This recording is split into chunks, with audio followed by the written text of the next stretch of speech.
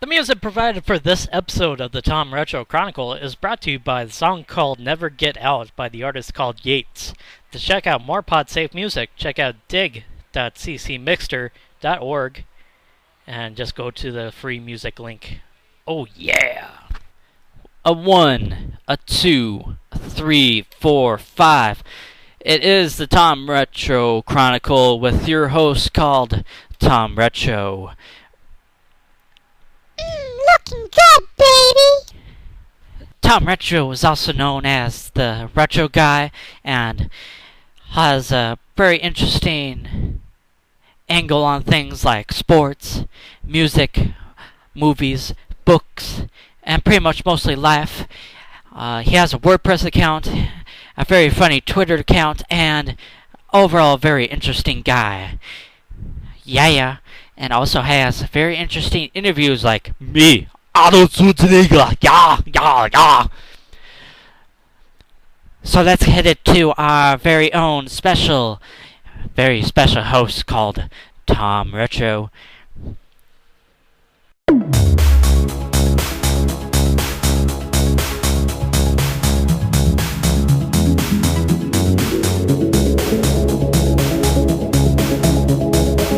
Oh yeah. What's up? Oh yes. And welcome to this episode 20 of the Tom Retro Chronicle. My name is pretty much Tom Retro, and I'll be your awesome host for this episode and for pretty much this podcast. Welcome. This is episode 20, and I am taping this on a very cloudy, gloomy, kind of late afternoon here in Fargo, North Dakota. We've been getting quite a bit of snow here, so about that. So a little bit down with that, but I'll be alright. Alright, so hope you all are having a very good week so far, and I believe I am having one that is going well as well. So, in terms of content for this episode, I'm pretty much going to be discussing about my predictions for the NBA playoffs, which start on Saturday, as well as NBA awards predictions. See what I believe is going to be, who's going to win MVP, for example, Coach of the Year, who's going to win the Eastern Conference in terms of NBA playoffs, all that sorts of good stuff. So, so probably trying to think of something else to talk about. No, this is pretty much. I feel it's pretty much gonna be that. It's pretty much pretty quiet. Pretty much a pretty quiet day. So this might actually be about maybe less than 20 minutes long. So it's gonna be pretty short. So let's start off with some NBA stuff to talk about. So I pretty much decided to write up a little something about the upcoming NBA playoffs, since last night was the last day of the regular season for the NBA.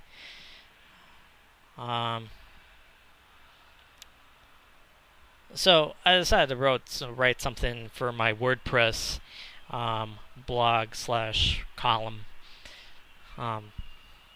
And if you want to check that out, it's darthretro.wordpress.com. I have about 51 posts or so about mostly sports stuff. So there is some other stuff on there, but I don't usually do it as often as I should.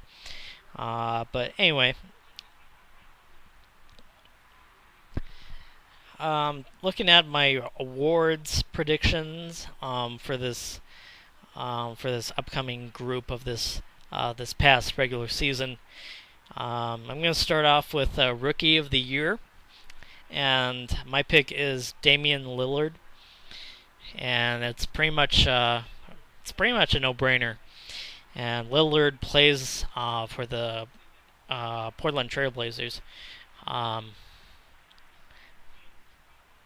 Basically, he's pretty much the rising star for that team, and certainly I think if I was the Blazers GM, I would pretty much build my team around Damian Lillard. He's he's pretty much that good. He's that great. Pretty much, don't really have much else to say about Damian Lillard, um, other than the fact that he's going to be a rising star for this league, especially for that team. Um, for my sixth man of the year, I have J.R. Smith, which is also pretty much a no-brainer, I feel. Pretty much once he gets off the bench and goes out and plays the game of basketball for the New York Knicks. Pretty much all he's been doing is he's been doing clutch plays. Um, he can shoot well. He can put up assists, rebounds. Essentially, he can put up some pretty good numbers going off the bench for the Knicks. So pretty much an easy choice for that. Um, my pick for Coach of the Year. Certainly, a lot of people have been saying that Coach Eric Spoelstra of the Heat should get Coach of the Year honors, but I'm gonna go with George Karl. I mean, ever since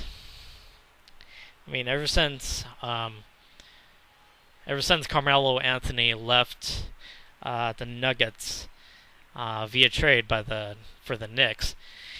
All he's been doing is he's been a coach for pretty much a starless team, and he's put up some for the players that he has, the pieces that he has. It's absolutely completely extraordinary to think about what George Karl has done building that team. The numbers speak for themselves. Ty Lawson has 16.7 points per game. Kenneth Faried, he has 9.2 rebounds per game, 11 points, pretty much 11.5 points per game. And then you have JaVale McGee, who has pretty much 157 blocks this season. So essentially they're pretty good. They're a pretty good team, especially the fact that they're in the number 3 seed, with the Thunder being at number 1, then Spurs number 2, and then Nuggets 3.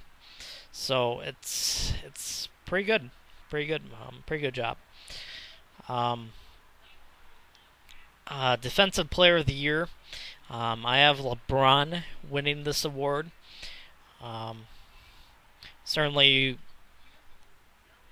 you can probably say that his offensive numbers are pretty much unequal to pretty much anyone else in the league, but you really have to take a look at his defensive numbers, like rebounds, like I don't want to say assists, but rebounds, blocks, steals, all that sort of stuff. But when he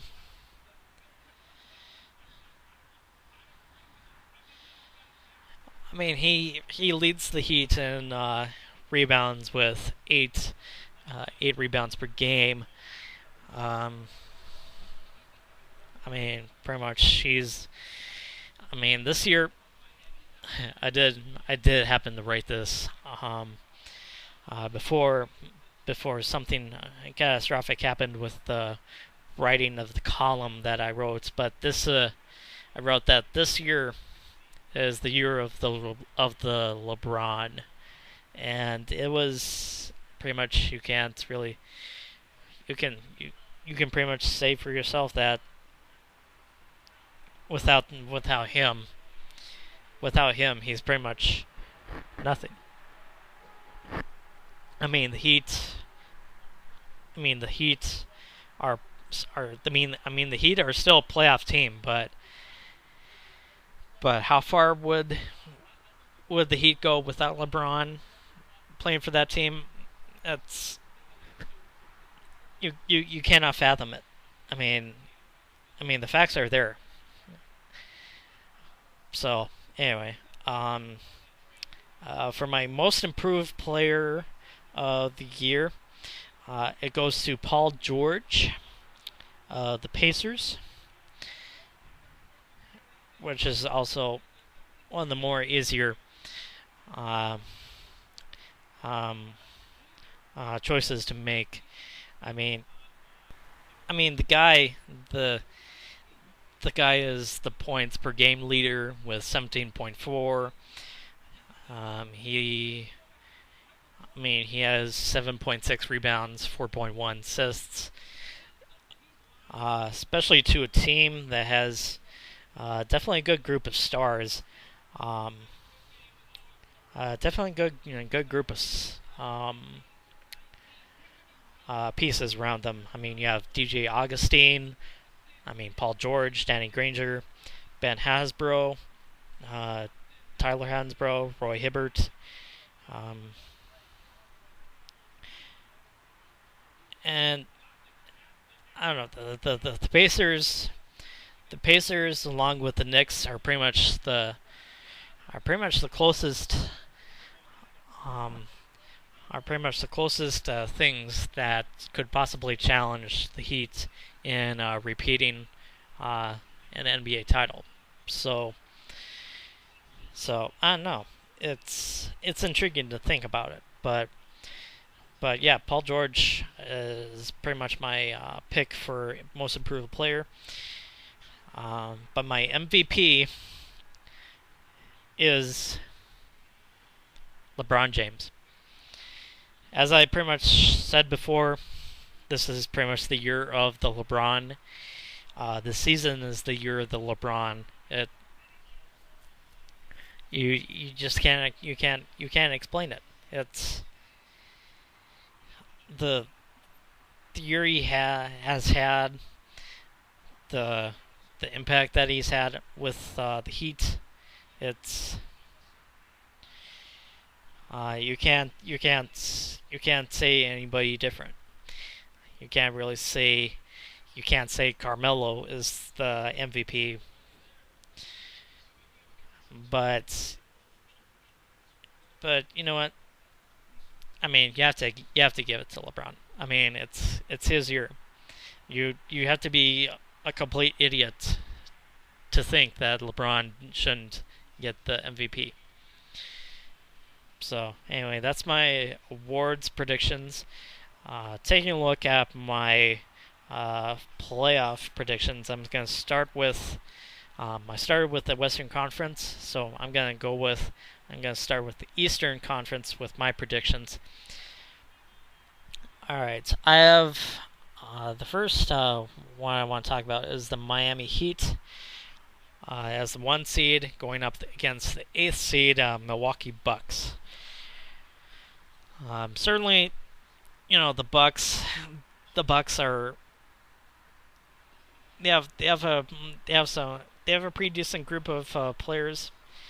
But I think pretty much the Heat are going to win this one by win this game in 4. The second one I have is the Brooklyn Nets as the 4th seed going up against the Chicago Bulls. and I have the Nets uh, winning this one in seven games.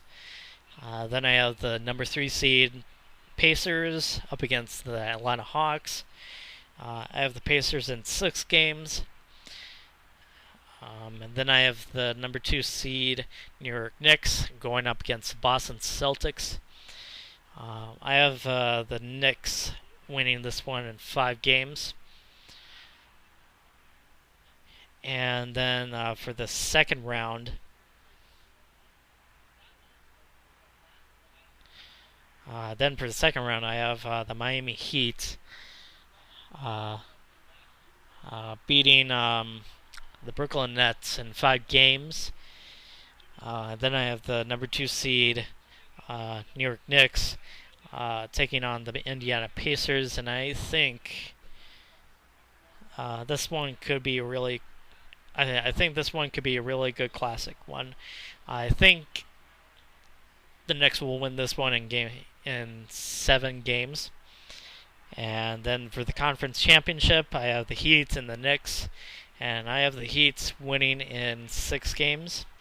So the Heat will be the Eastern Conference representative in the NBA Finals. And you could probably see me say I'm a bandwagoner, I think, but unless LeBron gets injured or Dwayne Wade gets injured or Bosh, well, people don't really talk about that much about Bosh, but if two of those three players are injured, the Heats are not going to make it to the NBA Finals. It's as simple as that. And then to the Western Conference, with my predictions, I have the number one seed Oklahoma City Thunder taking on the Houston Rockets. I have the Thunder winning in 4 games.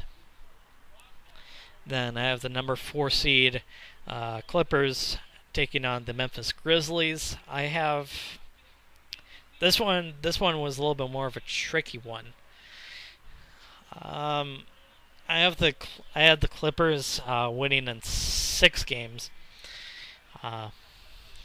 Then I have the Denver Nuggets taking on the Golden State Warriors, and I have the Warriors upsetting the Nuggets in 7 games.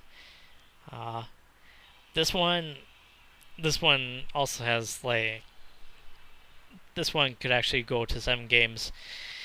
You have the Warriors with Stephen Curry, you have Jared Jack, and so many other players for the Warriors. And I don't know, maybe the Nuggets can pull off the upset in this one. I'm not sure. I'm just going on my prediction and such. So I believe the Warriors will upset them. So then you have the number one seed Oklahoma City Thunder taking on the Clippers, and I have the Thunder winning in 5 games. The Thunder have pretty much handled their business against the Clippers in the regular season, so I think they'll pretty much handle their business here in this second round game. Then you have the Spurs taking on the Warriors. I have the Spurs winning in 6 games. Oh, I also I skipped. For those who do not know, I have the Spurs winning in 5 games against the Lakers. I think the Lakers without Kobe, they're pretty much a one and done team for that as well. So my Western Conference prediction is pretty much a rematch of last year's. I believe it was it last year's? I can't remember, but it was last year's playoff matchup with the Spurs against the number one seed Thunder, and I have the Thunder in 5 games. So, for your NBA Finals matchup, I have the Miami Heat taking on the Oklahoma City Thunder, and I have the Heat winning in 5 games. So your NBA 2013 NBA champions, the Miami Heat, they repeat the title. LeBron James gets Finals MVP. And la di da di da di da di da. So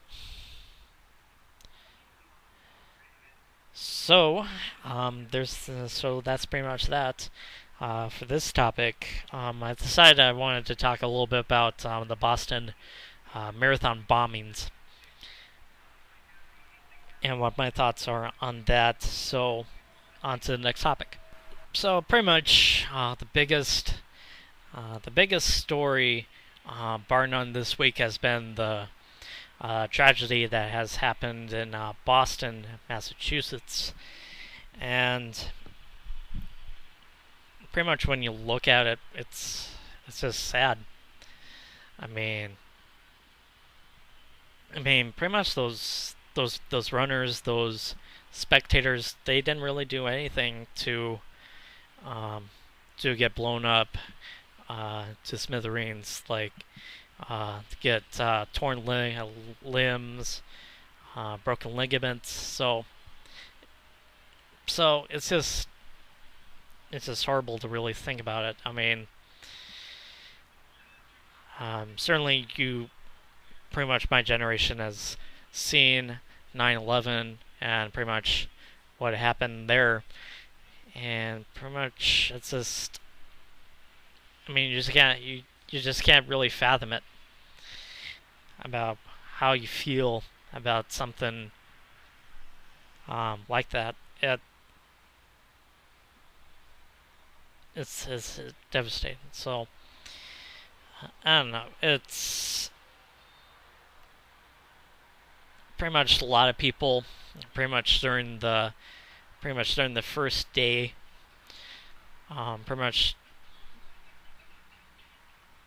within a couple hours of the event, pretty much you had people talking about, oh, this was all done by the Muslims, and that we should all kill the Muslims. And it's like, no, stop. They haven't even done anything to. They haven't really done anything to say that they should deserve that prejudice. So pretty much I didn't really jump to conclusions with that. So pretty much the thing is, just be patient and let the proper authorities make the judgment, and pretty much arrest the person who was behind it, and just don't jump to conclusions. It's just, it pretty much proves to you that you're more of a moron than anyone else. I mean, it's just odd, but excuse me. And then pretty much yesterday, pretty much the biggest story yesterday happened when CNN's John King reported that they made an arrest on a suspect that people believed that they were that the person was responsible for the bombings, and pretty much it didn't happen. So pretty much it was pretty much a hoax story, and essentially as a journalism major, not just broadcast journalism. Online journalism, broadcast journalism, print journalism. Um, pretty much you, pretty much CNN broke one of the most uh, sacred rules in journalism is that uh, don't falsify a story. I mean, that's what essentially happened with this particular story. Pretty much, it was falsified. I mean, it didn't happen,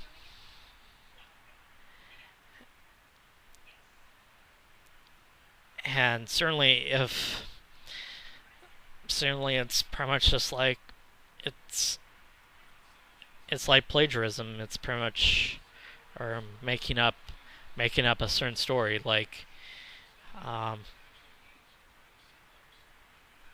I don't know like if you take someone else's work as your own, it's actually may not be actually that great of an example for this particular story, but essentially what I'm trying to drive at here is that you use reliable sources of information and that you check, not just check, but double check, and sometimes the professionals even triple check the sources.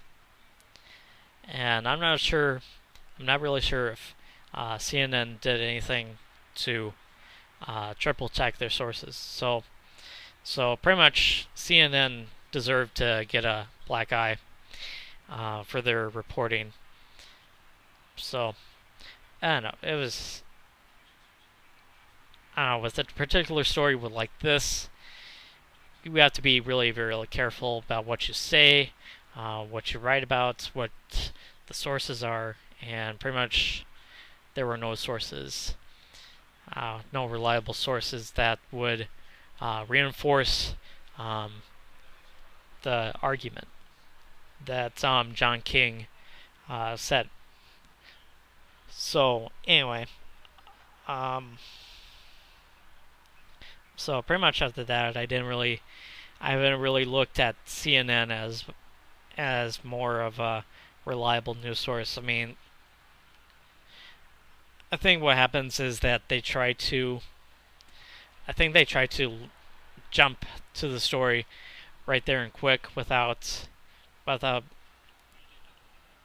just basically without using common sense. I mean usually the first people that go into the story pretty much are trying to do this right there and quick. And certainly, it puts a lot of pressure on the reporter. It just so basically, if you were in my shoes, just if you hear something about like a rumor, I pretty much do this anyways, but you have to check the sources. Certainly, like a source, like an arrest on a certain person that was linked to like a tragedy like this. Certainly, you have to go to the Department of Justice. Certainly, Boston Police. So that would personally where I would go to if I was their shoes. But anyway, that's pretty much just my thoughts on that. I mean, if I falsified a story when I was in campus news, pretty much I'd be shown the door, and not just the campus news door, but certainly the door to the university. I'd pretty much get expelled. Get get a record how many of being a falsifier of information. So I never did that, by the way. But certainly, if that happened in campus news, pretty much pretty much my professor would have my hide for that. So anyway, in terms of this episode of the Tom Retro Chronicle, episode 20, I'm gonna pretty much call this one good. So in terms of a new episode, I'm thinking about sometime around either Tuesday or Wednesday, which is probably if it was Tuesday. It would be probably on the 23rd or the 24th on Wednesdays. So just keep an eye on out. Just keep an eye on. Sometimes I post stuff on my Twitter handle, which is at Darth Tom. Definitely check that out. So also follow me. I pretty much I'm on that hashtag team follow back. So if you follow me, I follow you. That sort of deal. So anyway, I will check you all sometime next week. So later. All twisted up in wires, and in the middle, you know it's best you never get